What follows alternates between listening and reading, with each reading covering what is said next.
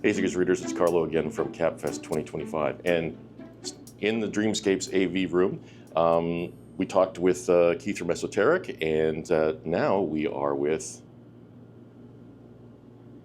Janis Irbe from Aretai. Janis, good to see you, sir. Good to see you, Carlo. Yeah, excellent. Always glad to meet you in all those shows. I don't know how you manage all that. I don't know either. Every show I go, you're there, and I'm glad to meet you. Oh man, well, you're one of the people I love to see at shows, and it's great to always catch up. And yes, you're right. I'm surprised my wife hasn't divorced me with all the shows I've been to. So. But that's a different story. But yeah, no, it's great to see you here, and you know, I'm familiar with your speakers, but I think for those that aren't, would you mind talking about the Aretai speakers a little bit? Yeah, sure, always. Awesome. Like anytime. Oh yeah, of course. Yeah. So here we have two models. We have our entry-level model, Contra 100S, where S stands for stand mount, and 100 is nominal power.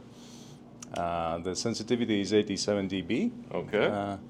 And impedance 4 ohms. And I would say they need some juice to produce their bass capabilities because we have two bass drivers here. One is on the front, one is on the back. That's right. So there's this. So and is it a passive radiator in the back, or is it it's an active? That's very commonly heard question, but no, those are real drivers, and it's actually a seal design. It's 2.5 way design. Okay. Yeah. And being a seal design, it's actually very beneficial for small speaker because having ported design in small speakers, you introduced lots of trouble with leaking mid-range to the port, and you cannot place them very close to the front wall. So having seal design, you get rid of those problems typical for small ported speakers. And so I'm sort of the next obvious question is the Waveguide. Right. So that's a specifically custom designed. It's a custom designed waveguide. We understand the benefits of having horns, like you have a much increased sensitivity and so on, but horns too deep usually express some specific distortion. You can hear it as some coloration of the sound. Not all of them. I mean, if you build them properly, it's possible to get a nice sounding deep horns as well, but it's very challenging. And you don't need that actually. So this waveguide, what it does, it also gives a mild horn loading to the tweeter, but not too much, and its main function is to disperse high frequencies wide sideways. Okay. And so wide dispersion then? Wide dispersion is what we prefer, and we find also it's very complementary in acoustically lively rooms, because usually when you have a tweeter in the flat baffle, the high frequencies tend to start beaming when frequency goes up. Right. So what happens is that you have like mid-range going very wide, which by the laws of physics and tweeter is narrowing, and what gets reflected from the walls is actually off by a large margin. So, but we as humans, when we hear in small spaces, not in concert halls, but in living room sized rooms, we actually make an integration of what is direct sound and what is reflected sound. Right. So this mathematically makes a summation in our brain, and if the sound that reflects is off, then the summation is also off. So, off, and it's not going to sound. Yeah, and that's not going to sound right. That's why many studio monitors, when you put them in a normal living room, they sound kind of dull. That's the reason, because you have lots of reflected mid-range, but none of reflected high frequencies. So this waveguide helps with that, and you have a proper balance of the reflected sound even without any room treatment. So that's our know-how, and we are happy to implement it in our products and see that it really works. Yeah, and I get a silly question. What's the waveguide made out of? Is it a resin, or is it No, it's actually MDF. It's MDF? It's special type of MDF, but Okay. it has very high quality paint on it, so it looks almost like ceramic material. It actually does. Yeah, it has a sort of feel of like ceramic or something. But MDF is good because it's acoustically dead, so it doesn't add any coloration. Yeah. And we have also some finishes where we use a metal type of color.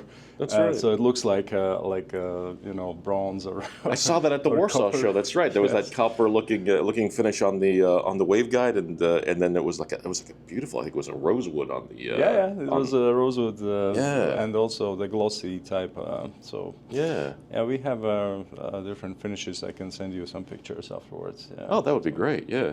So that's the Contra 100. This is Contra 100S, right? Yes, and then the bigger brother. The bigger brother is Contra 200F, F for floor standard, obviously. And here we have a 3.5 way design. So here we also have a second bass driver on the back. That's the concept that we reuse in all of our products. Here it's not closed design, it has port. So this way the bass extension goes down to 20 hertz almost, almost flat in this side of the room. Wow. So having a long port, it's not the transmission line, despite it looks like one, but... so it's not a transmission line? No, it's actually port that is tuned to provide extended bass. Gotcha. Combined with room modes, we have the bass which goes very linear down to 20s of hertz. Okay. And it looks like now, if I'm understanding right, that mid-range driver looks like it's also within a waveguide. Yeah, is that correct? Yes. It's recessed in a waveguide type of curvature of the enclosure. So this way we also get some extra SPL from it, but also we control the dispersion to match that of the waveguides. Okay. Yeah. So that way both the mid-range and the tweeter dispersion integrates better together. Yeah, it's more constant this way. And you can see it also in some studio monitors of renowned brands. They use the same concept in those huge monitors they built into the walls. So this way you have a proper reflected spectrum as well. Very, very cool. So while waveguide actually bends high frequencies wider, this waveguide actually controls mid-range not to go too wide. So and that way they match each other nicely. Right. Oh, so and it helps the blend be much more consistent. Okay. That's correct. Wow. Another thing which is common in all our products is that we do not mount the drivers from the outside. So that could be one of the reasons we got a Red Dot Design Award. Oh, okay. Yeah. Well, there are. Looks like there's no surface screws or bolts or anything. Yeah, there are none. Of course, it makes all assembly much more tricky because everything is assembled through the bottom of the speakers. But the looks are, next level when you don't have any screws visible. Oh yeah, much cleaner, very classy look. Yeah, yes. There's like a hint of Scandinavian, but not exactly that. It's definitely a little different. And you guys are from Lithuania. Sorry, I said I was going to screw that up, and I did. It's okay. Latvia. You guys are from Latvia. We're from Latvia. Those speakers are built in Latvia, assembled in Latvia. We use drivers. We use imported drivers, but we spend years finding the best drivers that are in the markets. Cool. Yeah. Is there? Now there's a bigger one too. There's like a 300. Is that correct? 350. Yeah, but 350. I've not seen that. I've not seen that in the wild yet. I've just seen pictures of it. Yeah, but it's been in some shows, but not everyone. Yeah. Okay. So that one is our flagship. Also received many awards like other models, and if this one has two 8-incher bass drivers, then the flagship has two 12-incher drivers. Oh wow! Okay.